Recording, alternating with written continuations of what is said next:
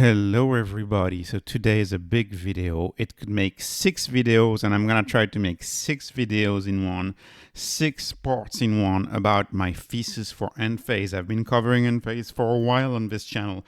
I've made over 20 videos about the topic, and these are kind of the most salient takeaways of my thesis on Enphase. And I believe in Enphase much more now than I used to even a year ago, because the interest rates are about to drop, which means, in my view, Enphase is about to go crazy. No financial advice, of course, but this is my thesis for Enphase in 6 different parts, buckets. And so let's get started. So first of all, Enphase, first of all, we have to believe in solar, and we have to decide that solar is an investment we want to be in before we even discuss Enphase. So why solar? Why is solar important? Well, solar is the cheapest form of energy today. Actually, one large-ish Texas county in Texas, if you covered it in solar panels, or New Mexico, right, a largest New Mexico county, if you cover it in solar panels, theoretically, you could power the entire USA. If you take an average US state, you can probably power the entire world with power of solar. That is the power of solar. Of course, we've known that for a long time. Look at one of Elon Musk's latest tweets about the matter. This is a well-known fact in the solar. We have nuclear fusion in the sky. We just need to harvest that energy. Solar panels today are very cheap. This is not 2010 anymore. This is 2024. And by the way, if you think about 2022 prices, you're wrong. The prices keep going down on solar panels. It's important, just like for AI, for solar, it's important to have very current knowledge. Today, solar panels are cheaper than plywood. This is a quote from Tony Seba. And you may remember a video from 6 months ago. I made this calculation and showed you A plus B, that if you buy slightly used solar panel, they're going to be cheaper than high quality plywood from the Home Depot. Solar is extremely cheap today. Brand new panels, quality ones, 8 feet by 4 feet, like a big panel. You can probably get it for $130, $140. And the used one, you can probably get it down to $40 or $50. So solar panels are very, very, very cheap today. Go on eBay, for example, look at the prices there. Go on Alibaba, go look at the prices there. The average American house can potentially cover its energy needs 7 to 9 times with a full solar roof, with the whole roof covered in solar. Of course, most people don't do that. They have 6 kilowatt or 12 kilowatt installs that only covers a tiny portion of the roof. Today, with modern solar panels, you can cover your needs 7 to 9 times if you were to do the whole roof. In the future, that will be more, because panel efficiency is increasing. We're in the low 20% in efficiency. I see no reason why we wouldn't get to the low 30% in efficiency for panels, so a 50% increase, maybe by 2030. Perovskite is a form of material that's very interesting with solar. There's a lot of progress with solar. This is a technology which, just like semiconductors, is getting better and better every year. Additionally, that 9x power need covered through your roof, you could potentially extend that perhaps to a 15x if you were to include solar siding, right? Solar doesn't have to be just the roof. It can also be the siding of the house. By the way, I didn't talk about aesthetics much. Some people don't like the aesthetic of solar panels. If you don't like the aesthetics of solar panels, I highly recommend you look at black solar panels. They make a trade-off, maybe just a tad bit less efficient than the blue ones, but for that you get really nice looking solar panels if you look at the black ones. The roof, the systems, how long do they last? Why is solar important? Well, systems, and I'm talking about the solar panels here, component of the system. Most of them are rated for 25 years. Solar panels are actually very resistant. They resist very large form of hails. If you look at when solar panels don't resist hail, they're typically older solar panels. That glass can be very, very, very strong nowadays, tempered to the max, and they resist large hail. They are powerful systems. Look up some of the videos about people who set them up during the Jimmy Carter era in the 70s. These solar panels are actually still going strong more than 50 years later. The return on investment of solar system today, if you pay full price, not if you do it yourself with a contractor, with all of it, is between 6 and 9 years, and that depends on the price you pay on electricity at your house fast. That also depends on whether you get a tax incentive, and that depends on whether you shop with 3 different contractors and get the best price to quality ratio, or whether you get ripped off. But the ROI, based on my calculation, it's 6 to 9 years, depending. You can probably get it down to 6 years if you shop right and negotiate right. Of course, that ROI assumes that the prices of electricity are not going to change much, but we know one thing about AI is that it's really making the cost of electricity go through the roof. The electricity prices, to the best of my analysis of this, they could potentially triple over the next 10 years. Households could potentially pay 3 times as much for electricity in 2034 than they do in 2024. And so ask yourself, what does that do to that ROI if the electricity prices increase tremendously, right? You may get to a 4-year or 5-year ROI. That's a major return. Don't forget also ROI, it's a tax-free return, right? You don't pay money on tax, you don't pay taxes on money saved. Another important thing, right? Most households pay their electric bill with after-tax money. Saved electricity is not after tax, it's pre-tax. So that's powerful. That's 25% return potentially before, like, without the tax, right? So no, don't pay tax on returns. Anyways, and there are a lot of major uses for AI in the future. We'll talk about this next. But of course, AI, kind of the idea of having a smart computer at home, electric cars, robots, right? Lawn mowing robots, for example, they're finally picking up. They're finally becoming a thing. There's many, many more uses for AI in the future. Okay, let me move on to solar now. So now we've answered solar. Of course, I've been convinced with solar for a very long time, but let's assume that we all agree with solar. Solar is the way of the future. Now we move on to more Enphase specific question. I think a big Enphase specific question to ask is, why the residential market? Why do we care about the residential market specifically? Well, it's a much bigger opportunity than solar fields. It's a much bigger opportunity than commercial.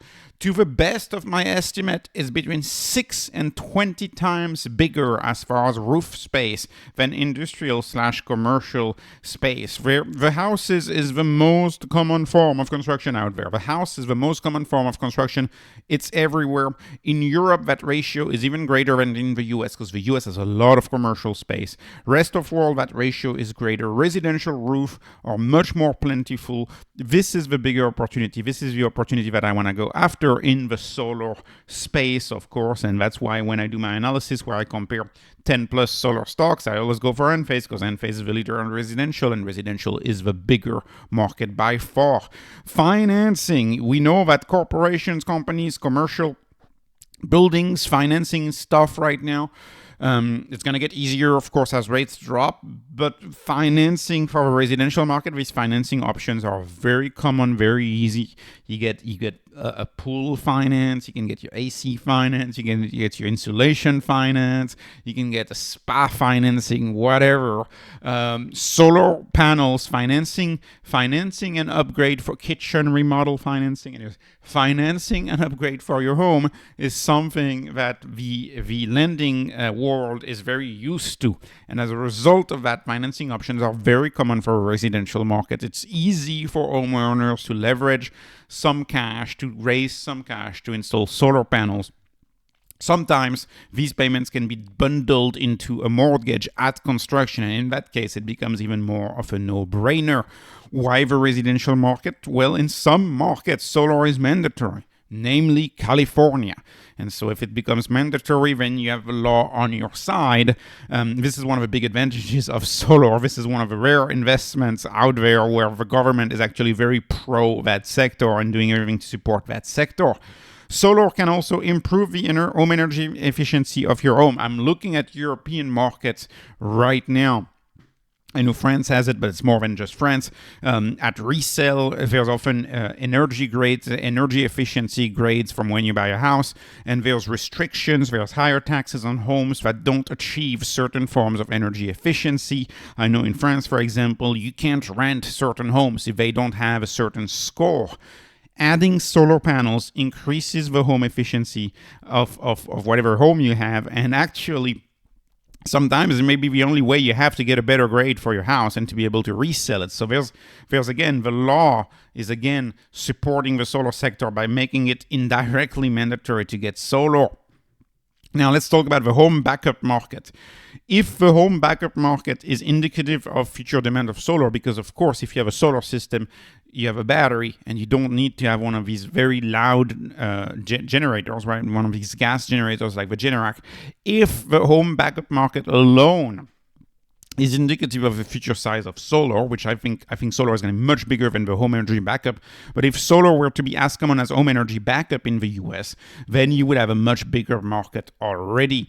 If people are willing to pay $8,000 for a bulky gas generator in the back of their house that's very loud, they will be likely to also get a battery and get a solar system. To me, that is a similar market early on. Residential electric prices, let's talk about that.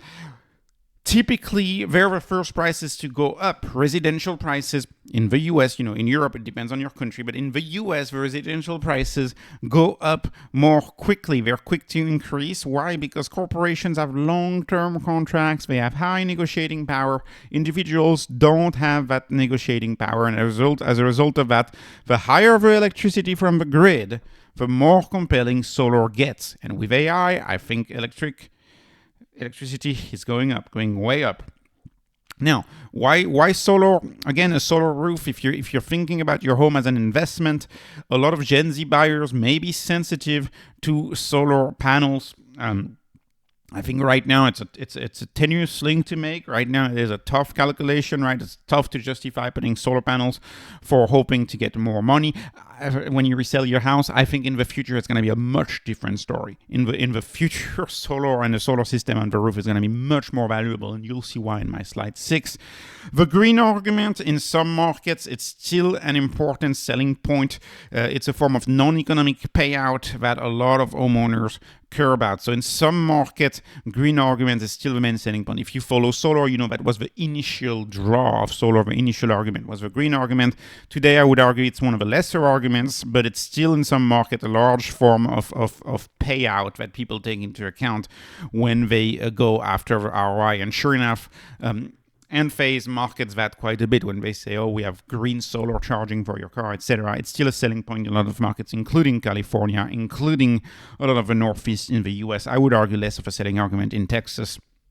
As far as the tax incentive goes, both the USA, both Europe have major tax incentive. Of course, in the US, the tax incentive is $7,500. Tax credit, IRA. It's pretty crazy. I mean, you take your 6-figure household. If your 6-figure household, they buy an electric car, they get a solar roof. I mean, they get close to not paying taxes that year because it's 7,500 times 2, right? So these tax credits, major government tailwind that the government is giving this sector, and that's given specifically to the residential market. So that's why I want to be in residential and not necessarily in commercial. To me, that's where the bigger opportunity lies. Let me move on to point number 3 about Enphase, which is the microinverters. Why the microinverters? This technical conversation has been a theme of a lot of my videos, a lot of arguments in the comments section about this. And so I'm going to show you my version. And so feel free to go back to these videos and read at the comments of people who believe in string inverters. And of course, string inverters is the legacy technology. And, just like whenever I talk about electric cars, you still have people tell me, gas cars are the way. Just like when I talk about microinverters, you still have people saying, oh, no, well, you don't understand. String inverters are really the way to go. It's a debate. It's fun. It's the nature of an innovation channel to talk about these debates. So let's talk about microinverters. Microinverters, when they started out in 2006, microinverters, their chief advantage was that you could deal with shadows from clouds and shadows from trees. And what you may know is that if you have a string inverter, you're connecting 12 solar panels in series on a DC string. And that DC string travels through your house, connects in your garage, and in your garage you have a big, bulky string inverter that converts DC to AC. The problem when you have a string in series is that if you have a shadow on one panel, clouds, trees, if you have a panel that is dirty, whatever, rain, like a sandy rain or something, the efficiency of your whole system is taken down, even if it is just one panel that is dirty. That is the problem of cabling solar in series. Microinverters were an innovation in the early days because all of a sudden, each panel was converting from DC to AC at the panel level, meaning that if you have a panel that is dead, if you have a panel that has a big shadow on it, if you have a panel that is dirty, only the efficiency of that one panel is impacted and not the efficiency of all of your other panels. Microinverters were a hit. They were a 0 to 1 product in the solar sector, and so string inverters, starting in 2013, 2014, they started introducing optimizers. Optimizers were a patch, in my view, right? They were a short-term solution, a patch to the main issue of string inverters. It's kind of like the hybrid cars, right? You have a patch, the hybrid car can go 50 miles electric, buy an hybrid car. I view optimizers the same way. It was a patch. It was a way to kind of take off or jump the inefficiency of some panels due to the shadow, and then they started selling these bulky systems with the string inverter and optimizers on top of the string inverters. So you had two steps. What was a one-step process with Enphase, just microinverters, all of a sudden you have two steps. You still got to have a main inverter, and you still got to go under each panel and put a little optimizer, a little box that looks just like what Enphase has under each panel. And of course, in my view, I still think this is a patch, but this is a heavily debated issue in the community of solar here. So microinverters, like I said, they convert electricity to AC, right? DC to AC at the panel level. So that's a major benefit, not only because it deals with the shadows natively, right? Not like optimizers. That's point number one. But then point number two is that electricians know AC, right?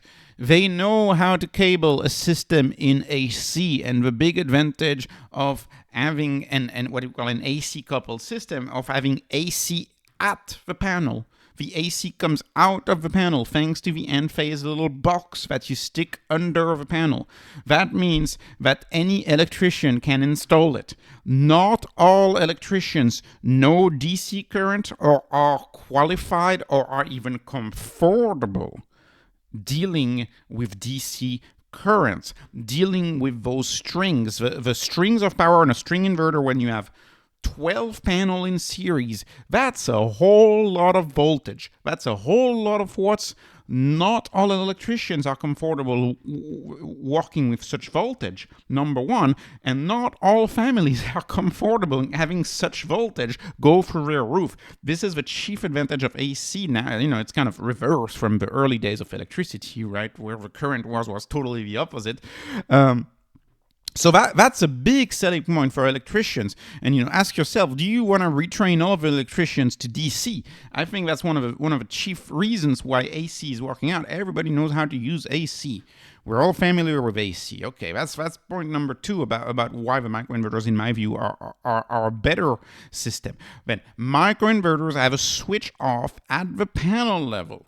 One of the reasons why the optimizers were developed in the early days, that was not necessarily for the efficiency, although that was a selling point. That was because fire departments started requiring switch off at the panel level, that your power be switched off at a panel level. Because what happened in the early days of solar with string inverters is that what if you had a house fire during the day? A house fire during the day, you have no switch off at the panel level, which means that if it's a sunny day and you have a house fire, you can't really throw water at your solar panel system, can you? Because if you do that, you're going to get electrocuted. Oh boy, that is not a good thing. That is not a good thing. And so that is why in the early days of solar panels, if you had a DC system with no shutoff, they would just let the house burn. They would have no choice but to let the house burn.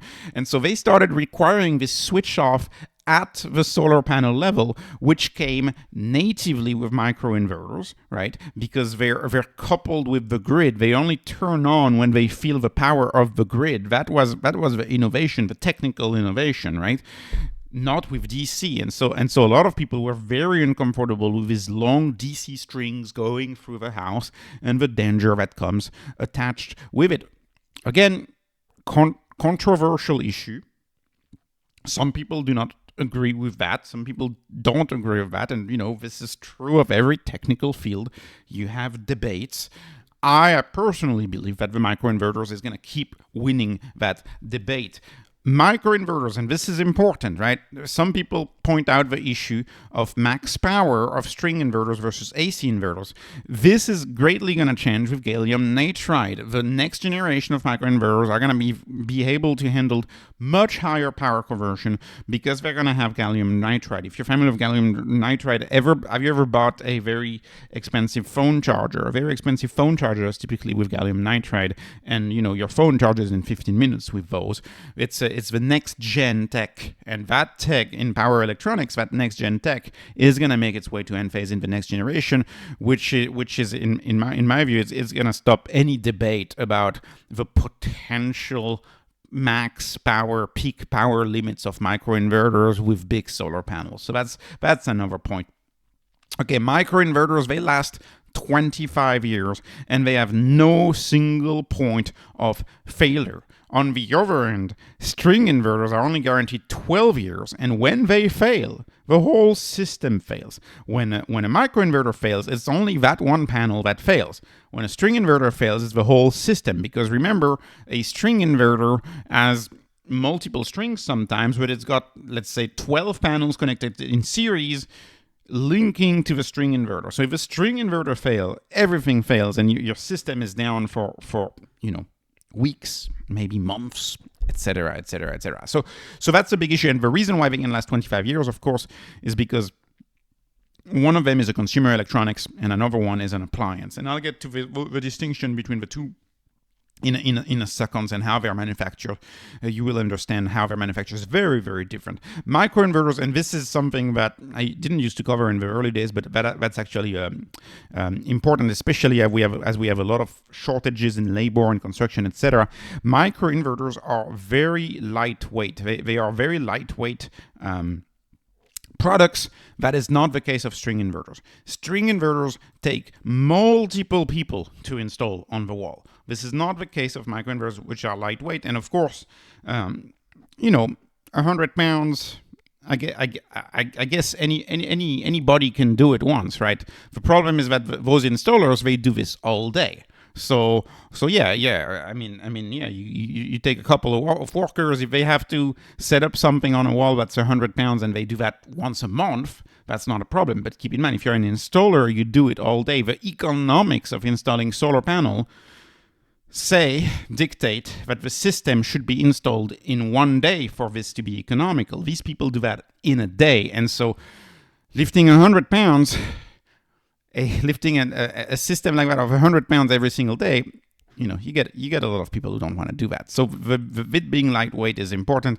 They're also easier to service. I'll get to this in a second. Okay, let's talk about Enphase specifically now, and why specifically Enphase, the company, is an opportunity. Well, because of microinverters, of course, and because they are the near monopoly in microinverters. I'll get to that in a second. But there's other reasons why Enphase, specifically in my view, is the winning player here. So they have a holistic approach to the system, and they've always had that, and they've been copied. But the holistic approach is, they enable the household to become your own utility. As an household, you become energy independent when you get Enphase, or at least that is what, if you go all in with that system, that is what they promote, that is what they sell. Become your own utility, become independent. That is what they achieve, of course, with this expensive system. And how can you become your own utility? How can you become independent? That's because the system handles everything. Of course, the production of the electricity for the microinverters, but also the storage of the electricity through their battery systems, the charging, the car charging, the bi-directional charging. The value of a solar system perhaps does a 10x, like a literal 10x, when you add a 75 kilowatt hour battery in the form of your car to the system. Right? So you can afford to have a much smaller battery storage at home if your car, your electric car, is always plugged into the house. And what if you have two electric cars, by the way? If you have two electric cars, then you have a system that is even more independent, even more of its own utility, because you can use the battery of your car to power your home for long periods of time. Okay, then you have grid exporting. Enphase handles that. Then you have cloud management. They have their app, and then you have energy resale. So they pretty much foster the home. They make the home into this whole own energy system. You become your own utility. And sure enough, when they show you when we show you the system, when they explain the system, and of course I've also seen the system for real, is the one house on the street that still has the power is Enphase whenever there's an issue, or the bulky, very loud Generac. That's the other option. You can get an appliance to do it. And I always make this distinction in my video between appliances and consumer electronics. Enphase is consumer electronics. Moving on. Why Enphase specifically? Because it's an international company. They're doing very well in a lot of markets, not just the US. Europe, at some point, will be the number one market for Enphase. It's not yet. It's still the US. But, for example, Enphase is doing very well in Australia, too, not just in the US. They're entering India. They're entering Brazil. They're entering a lot of new countries. And this is a company that is setting up itself to be an international player and to have a network of installers. This is also another thing I could have put. Why has Tesla, for example, not been able to pick up in the solar business? They've been doing very well with the Powerwall business. But why have not been able to do very well with the solar tile and the solar business? It's because of that network of installers, which they do not have. Another thing I could have put in there that I remember now that I didn't put is the solar system, the solar business. Oftentimes you can do mix and match. It's possible to mix and match. You can mix and match a battery from, say, Tesla, a Powerwall from Tesla, with an Enphase microinverter system. You can do that. The mix and match, your custom, bespoke providers of these systems at the local level, they can mix and match for you these systems, which is also important to realize. If you sell one system, you don't necessarily deny the entire sale of the other system. I think that's an important point. So expansion, international expansion is there. Enphase emphasizes customer satisfaction above all. Customer satisfaction, why? Because if there is a problem, the installers, right, they don't want to get a call. They want the customer to call Enphase directly, and they want Enphase to handle the problem. Because if you have a service call can entirely hurt your profit. This was a problem that happened with Generac's solar system a few years back, and a lot of solar installers locally in regions, especially in the Carolinas, ended up going bankrupt as a result of service calls. So service calls are an important way that a local small business selling solar can go bankrupt. The service calls can be an important way they can go bankrupt. And that is why Enphase puts customer satisfaction at the forefront of the business. That's another important point. Enphase is a major supplier of microinverters to a lot of third-party manufacturers of panels and providers of panel. The best example that I've covered before in my videos is SunPower. Now, of course, SunPower, thanks to the Fed, kudos to the Fed, SunPower went bankrupt, unfortunately. So we'll see what becomes of the SunPower systems. But they also have multiple Chinese manufacturers of systems that also use Enphase as their microinverter supplier. And it's an off-label system. So of course, when you look at the microinverters, it has the shape of Enphase. It looks like an Enphase, but it's not an Enphase product. They use the brand of a supplier. So that's an important point. Enphase is a near monopoly in the microinverter business. Yes, there is, Hoy Miles. There are a few. There's this American company, NEP or something, NEP Power Electronics or something. These are much smaller applications than the Enphase system. Enphase is the near monopoly in the business. And lastly, I want to point that out. This is something that has been discussed in Enphase Circle multiple times, is if in a neighborhood, in a city, or in a state, at some point, you have enough mini Enphase solar plants on roofs and solar systems on roof, if you have enough, that may be sufficient for you to start from the bottom up, from kind of like a grassroots type business, from the bottom up, to start your own utility. If Enphase 10 years from now goes in a city and they find out, well, wait a minute, 25% of the homes in that city have an Enphase system, they will be in a prime position to start their own utility, is what I believe is what could be one of their big businesses going forward, because they keep a control over these systems through their cloud management, through their servicing of the system. So that could be a major future business for Enphase. I'm very bullish on that opportunity, actually. I think we could move in a world where energy is produced in a decentralized manner, and we just all provide power to the grid. And I think that could be a very, very powerful way to do it. Keep in mind that solar roofs, right? Your roof is an unused space. It's wasted space, literally. You're not growing food on it. It just sits there and takes a beating from the sun every day. Might as well turn that into energy and create more energy abundance than we've ever had. That's the story of solar. It's really a disruptive tech. Okay, now moving on into, so I was discussing until now the top line of Enphase, right? The revenue, the sales. Let me now move on to the income statement of Enphase, and why is that income statement, why is the lifeblood, the finance of Enphase going to do well? Because of different factors. So first of all, let's talk about the margins and how they can be so profitable. As a reminder, the closest peer to Enphase is selling the competing technology, which is string inverters, and that would be SolarEdge. SolarEdge's gross margin is 7%, Enphase's gross margin is 45%.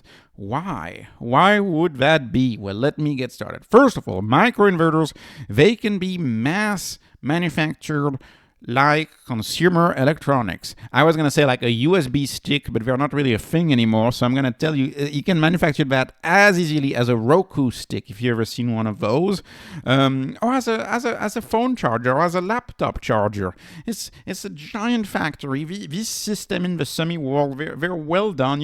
You buy your components, your electronic components in rolls. They're like giant rolls you put into a machine, and the machine just literally prints the electronic component on the PCB, and the PCB just get spit out by the machine really quickly. It's cranking the machine up. There's very little human labor involved in manufacturing consumer electronics. It's just giant machine just dropping components, kind of like a printer would print books. It's a printing press for electronics. That's the beauty of consumer electronics. That is why the world is going consumer electronics. And that is why they don't have a problem, in my view, manufacturing anything in the USA, because, yeah, you need a few engineers on the line, and those are going to make good money. And yes, you need a few people for packaging, shipping, handling, etc. But as far as I'm concerned, you don't need a lot of people within the manufacturing process itself, which means that you can crank up manufacturing very easily. It's a mass consumer electronic product. That's the beauty of the microinverters. This is not the case of string inverters. String inverters are made like appliances. There's a big transformer in a string inverter. It's heavy. It requires a high human labor content. There's a lot of screws. There's a lot of not glue, screws, which is like a big topic in manufacturing. There's a repairability factor. It's the components are just not glued together and sealed, right? There's moving parts. There's fans. There's a lot of things that go into a string inverter that require high human labor content, which makes it less scalable as manufacturing microinverters, just like you would manufacture phone chargers, right? Which is roughly similar. So microinverters, in my view, they are the superior technology from a manufacturing standpoint. And sure enough, the gross margin is showing this quite a bit. The gross margin is very, very high. Keep in mind that delta within the gross margin is now being impacted a little bit by the IRA, but that delta between both technologies in terms of gross margin, I have always seen. Right? Before the IRA, you still had that difference, okay? Let's talk about something that's not really discussed when you sell physical goods, but we need to discuss it. I don't like the physical goods business. Obviously, I would much rather be in a business that's only digital, but oftentimes you don't have to. You have to oftentimes. Oftentimes you have to deal with tangible products. So if you're going to deal with a tangible product, you better try to have a high value density, right? That's why NVIDIA is a tangible product, but the value density of NVIDIA is through the roof, right? A little chip is going to be 80 grand. Right, so Enphase is not quite like that, but the value density is higher, and so when you have a high value density, that means you can manufacture in giant manufacturing facilities. In the case of Enphase, it's in the US. That means you can manufacture everything in the US and ship it much more easily than you could do with a string inverters. And just to give you an example of the value density, so microinverters, they're sold in boxes of 18. And the box of 18 is 19 kilos, right? 19 kilos, so most people can carry 19 kilos without breaking a sweat. Roughly, it's 19 kilos, it's a tiny box, and it's $4,000, right? String inverters, on the other hand, the equivalent, in terms of equivalent power, based on my research as of today making this video, it's 53 kilos, and it's only 3,500. So again, 53 kilos, yeah, if you go to the gym, yeah, of course, sure. But the average person is going to have a much harder time carrying around 53 kilos for a microinverter. And so think if you're an installer, think how tougher it is. Think how much tougher it is to ship. Of course, that's tougher to ship. There's a lot of issues with the weight here. There's kind of a step change where whenever you get too heavy, all of a sudden becomes a heavy item, it becomes complicated in shipping, etc., etc. So the value density of Enphase is actually something that's boosting their sales, in my view, and how I understand the business. Now, moving on to perhaps an important part of the Enphase opportunity, which is the IRA benefit. Yes, I know some people say that may go away, but I highly doubt it. Once a law has been passed in the US, once a law has gone through all 3 houses and it's got a signature, it's very, very rare that you can remove those laws. It's almost impossible to undo. Sure, there's rumors that no, I don't think so. Anyways, but maybe. No investment advice. Do however you want. The point is, microinverters. The microinverters were single-handedly chosen by the IRA bill to benefit. And they were chosen in an obvious way, right? Which is of watt peak on the system, the wattage, right? The AC wattage of the system is what's going to define how much money you get. And you get 11 cents for each watt of microinverter manufactured with the IRA benefit, right? You get 11 cents. And so in former videos, it's between 40 and 50 bucks of IRA benefit per microinverter that you get. Now that's good, right? That's really, really good. And to give you an idea of how you get it, I'm gonna quote one of my favorite quotes from Mandy Wong, the CEO of Enphase. Oh yeah, we get it. We get the money. IRS direct pay website IRS. So direct pay website IRS. You get 40 to 50 bucks per microinverter that they manufacture, depending on microinverter they manufacture. Direct pay IRS. Love that quote. And of course, we have gallium nitride coming. So gallium nitride, what do you think that's going to do to the power, AC power? You're going to increase the AC power of these microinverters by 20 to 30%. So your direct pay IRS, instead of being, say, 50 bucks, it's going to be 70 bucks. When you have the IQ9s and the IQ10s and IQ11s. So they're gonna supercharge those microinverters, and they're gonna supercharge them before 2034, before the benefit is out. I would bet on that. That's why I own the stock. That's why it's a very big position for me, because I believe that IRA benefit, if they crank up the manufacturing enough and if they scale enough, you could get into a situation where the IRA benefit covers the entire manufacturing of the product, right? They're also working on batteries. I haven't talked about that in this video, but the battery is the same thing. There's a manufacturing benefit from the batteries that they're also going to get. But let me just make that distinction. String inverters, on the other hand, they only get 6.5 cents, so almost twice as little. They only get 6.5 cents of IRA benefit. But here's the deal. It stops after 20 kilowatt hour. So it's 2 cents. After 20 kilowatt hours of string inverters, it is 2 cents that you get for a string inverter. So when you hear people say, oh, for commercial systems, we're never going to go microinverters, it makes no sense that a commercial system would go microinverters. Well, maybe if you're reasoning purely from a technical standpoint, and if you're reasoning, purely from an engineer's point of view, yeah, sure, it may not make sense, but that's the thing. Business is not only an engineer or technical world. Business is also a socio-political world. And in this world of socio-politics, you're going to have a product that is still going to get 11 cents, right? And so could you have a commercial scale system with a bunch of microinverters just because the cost of microinverters becomes ridiculously low because of the IRA benefit?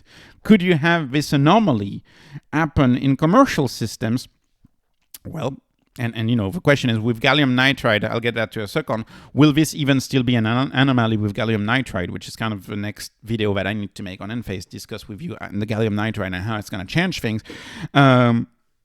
You may have a full commercial system just with microinverters. Like you could have a 1 megawatt solar field with just microinverters. And of course, with the technology of today, an engineer would probably frown on that. But the engineer needs to talk to finance. And when you talk to finance, you realize, okay, well, it's 2 cents per watt if you go with a string inverter, or 11 cents per watt when you go for a microinverter. So people might think, okay, I'm going to go with microinverters, even though it may not be the most efficient thing, right? So that's one point to keep in mind here. I'm not even sure going forward that string inverters are going to be the way for commercial sector. I'm not even sure of that. Yeah.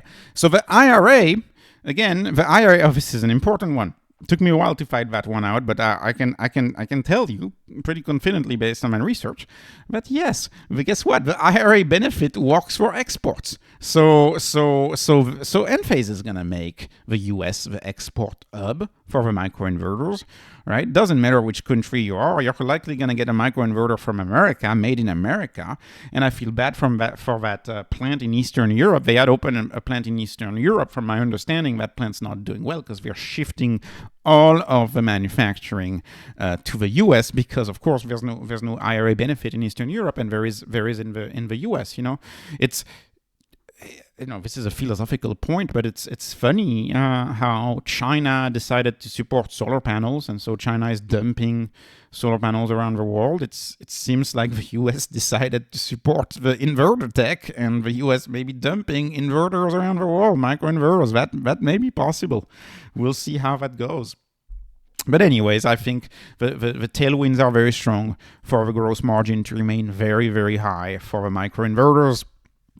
Again, another master move that I think for Enphase is that because they have an AC coupled system, because they need to constantly turn DC back to AC and vice versa, that means that all of their new systems that they're creating for the holistic, power plant in your house, that holistic power plant in your house, it's going to have microinverters everywhere, and it already does. It has microinverters in the car chargers. It has microinverters in the batteries, right? And those microinverters, of course, one of the chief advantages is if you have 6 microinverters in a large battery on the wall and there's a problem, you don't need to replace the whole battery. You just need to replace the microinverter, which is much easier. The issue of weight, again, gets solved. The installers are happy. They're just coming in, changing a microinverter. It's a 15-minute thing. It's done. Your profits are not gone, right? It's kind of like, okay, you buy a new home, you have an issue with a breaker, you call the contractor, you say, hey, yeah, I have a breaker that's broken. Someone comes, 5 minutes, they open the panel, they replace the breaker, they go on to the next job, to the next house. The serviceability of microinverters, in my view, is stunning. It's really, really well thought out. It's a well thought out company. And of course, people still point out that there's some efficiency issues with AC and DC coupled, And so I had calculated it, and the issue that I had found is like, for a three-way translation, assuming you go from panels to battery to car, one of them is a 97%, one of them is a 94% efficiency. 94% efficiency being the AC coupled system, i.e. the microinverter system, as opposed to the DC coupled system. So if you're unhappy with a difference of 2 to 3% in efficiency, the answer that I give to that is wait 3 months, and then your panels are going to have increased in efficiency by about how much you lose in efficiency. In other words, it's kind of, it's kind of like trying to save money on Post-its, when really the market is to try to sell not more Post-its or more goodies or whatever. There's only so much you can save, but there's no cap, there's no limit to increasing the power of the system. And so that difference I find negligible. And with gallium nitride, of course, we don't have those products yet, but those products are going to be very promising. And with gallium nitride, you're going to have even more indistinguishable, AC, DC coupling issues. And people who bring up that issue, I also find it strange that they never brought up that issue for any other consumer electronics. Like every single consumer electronics that we have out there is doing that conversion, right? Nobody gets sad about the conversion for your laptop or the conversion for your phone. I find it strange that we should get sad about that conversion for your car. Anyways, this is just the way I think, especially when we know how much power IT uses. It's pretty nuts. Anyways, let me move on to part number 6. And that part number 6 is perhaps the more long-term thinking part of the video. Why is the growth for Enphase, the opportunity for Enphase, why is it so bright in my view? Well, you see, today, most people look at energy independence, look at solar as just a way to eliminate your electric bill. If you have a bigger house, maybe in the summer your electric bill is $500. Guess what? You can eliminate that with solar. It's nice. And that's how it's mostly sold today. And I think that's having a narrow mind as to where the future is headed. Because in my view, it will mean much more than just eliminating your electric bill. It will mean charging your EVs, charging both of your electric vehicles at home for free. You charge your electric vehicles at home for free. So adding a solar system also means eliminating your quote-unquote gas bill or pseudo gas bill. If you're buying electricity to fuel your car, you're eliminating that, going straight from solar to the car. So that's point number 1. Point number 2, of course, is, I told you I think Enphase in the future, they could disrupt utilities. Assuming you have 20 or 25% of Enphase system in a city, you could all of a sudden become an energy provider, right?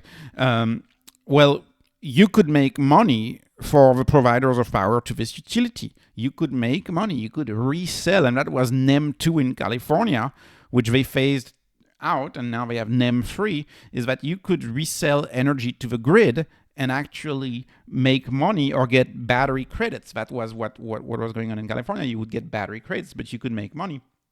With NEM 3, it's an actual even better system where, in my view, I mean, not in my view, but that's how it works. You can resell electricity only at peak prices during peak hours, and so they can end up paying a crazy amount of money per kilowatt hour if you provide electricity during the peak. And of course, with vehicle-to-grid technology and bidirectional charging, is providing electricity during a peak does not only mean unloading the battery that you have at the wall, it also means unloading the batteries in your EVs. And your EVs, at 70, 80 kilowatt hour of storage. So yeah, 10x bigger what you have on your wall. What if you have 2 EVs? What if you have 160 kilowatt hours of storage in your car? Right? And you decide, and your cars, of course, are always charged, you're always at 100%, and you decide, okay, well, I'm going to go down to 70 to 30% uncharged, and I'm going to unload all of my energy. You could make $1,000 just on those days where the power is surging, just by deciding to unload your electric car's batteries in there. I think that's going to be a major point, and also, I've talked about that concept before. you have 2 points here. So first of all, if you have batteries that are always connected to your house, if your car batteries are always connected to your house, all of a sudden you could enable energy backup for many, many days, 5 to 10 days easily of energy backup with your cars being parked, assuming you have 2 cars easily. And that's with today's technology of the car. But more importantly, just like the US has a strategic oil reserve, in Louisiana, and emptying it and filling it up is a big debate. You could have that for batteries, and the amount of energy stored in your country's car batteries. There's 2 billion cars in the world. What if you replace those 2 billion cars with 80 kilowatt hour batteries? Think about, you could literally have a national battery, and maybe in 2030 people will like, okay, well, the cars of the country are on average 95% charged. We have a lot of power. We can start making some aluminum. We can start making some steel, or we are ready to power some projects, right? That could also become a national security issue. I think that's the long term. That's going to be the value of those batteries. You're buying a car when you buy an EV, but you're also buying a very expensive battery in there. And that could have a lot of implications. Lastly, there's going to be extra electricity. Remember what I told you at the beginning of the video, 7 to 9 times the size of your roof, the size of the power needs, could be enabled by covering your entire roof with solar. And that's going to go up as efficiency goes up. So what are you going to do with all of that power? This is what Tony Seba calls superpower in his book. What are you going to do with all of that power? Well, it's all about deciding what you're going to do. So, of course, cleaning robots. I think Aldi had one for like $149 at some point last year or something. These cleaning robots, you could have a cleaning robot in every room. Lawn mowing robot are finally taking off. You have Chinese lawn mowing robot today that you can get for $5.99. So you eliminate the landscaper. You eliminate the cleaner, or you don't clean anymore, you just have a robot clean for you. That's, and again, these are the domestic ones, right? I'm not even talking about, potentially what Tesla is working on with robots and all of that. I'm talking about just the domestic robots. They're more and more common. That's one aspect. Another aspect is compute. So powering your own AIs, powering your own compute. There's going to be a debate as to whether AI should be run in the cloud or as to whether people should run their own AI at home. And if you're a gamer, if you got GPU, if you got a nice GPU in your gaming device, you know how much power that uses, right? Are we all going to have a few GPUs places powering personal assistant on the fridge, personal assistant on the TV? That's going to use much more power. That power also creates heat. So kind of a quote I have is, could all of your electric space heaters actually be smart heaters and actually provide some compute to either your own personal tools, your personal network, but also compute to like large big tech firms that could just use your compute to do their own computation? Like this is the idea of SETI back in the day, if you remember. That was one of the ideas. So compute, that extra power is going to go towards compute in one way or another. Could be for video games, could be for AI, your own AIs, or could be for resale. That's point number 2 here. Point number 3, I'm very big on that one. I think with the issues with water quality, typically managed by bloated bureaucracies in cities that are highly inefficient, I think a lot of people with extra power are going to decide to create their own water. And you can get an air-to-water generator, depending on the size. You could make up to 200 gallons of fresh water a day. They're called air-to-water generators. I think they're going to be a major innovation, and I think the disruption of energy also means the disruption of water. It could be at a neighborhood level, could be at a HOA level, could be at your own home's level. Vast amount of energy means vast amount of water. And lastly, and this is the more 2030-ish prediction, but we are seeing this partially in the US with the micro brewing movement and what's happened to beer making. And if you go to the US, there is not a city where you almost can't find like a neighborhood micro brewery. And this used to be industrial processes, and now what you find is that it's not industrial at all. A lot of people can just make it. Of course, I don't know about the rest of Europe, but I know in France there's laws that do not allow you to do that, and it depends on your country, of course, and how the laws are set up. But think about the progress. This at a fundamental level has to do with the yeast, and there's a lot of progress being made on growing all sorts of foods from the basis of yeast. And so, are you going to have machines that make your own yogurt, and every morning you wake up and you have a yogurt that's been grown just for energy? Are you going to have your own machines that make your fake meat, and fake meat can just be made through these same machines? Are you going to machine, they already exist, that grow your own vegetables? Energy, water equals food. And that's what we're seeing today. That's, of course, a longer tail investment. That's a longer tail idea. That's a 2030 plus idea. But I'll still hold the stock in 2030. So that's what I'm thinking about when I look at these investments, and delaying as long as possible, capturing the capital gains on a stock like Enphase. So I think the opportunities of Enphase are tremendous. They're largely underestimated. It's no investment advice, no financial advice. It's just what I do. But I'm very bullish on Enphase, and hopefully you can see and unpack a lot of the arguments that I've presented in this video. Keep in mind, I have a lot of videos on Enphase, so each of these arguments you can probably find in one of my former videos where I unpacked it much better with proof and with pictures. So this was not investment advice. This is just entertainment. Thank you all. No financial advice, but thank you all to all of you who support me on Patreon. That as you have motivated me to do these videos, to spend my morning working on this.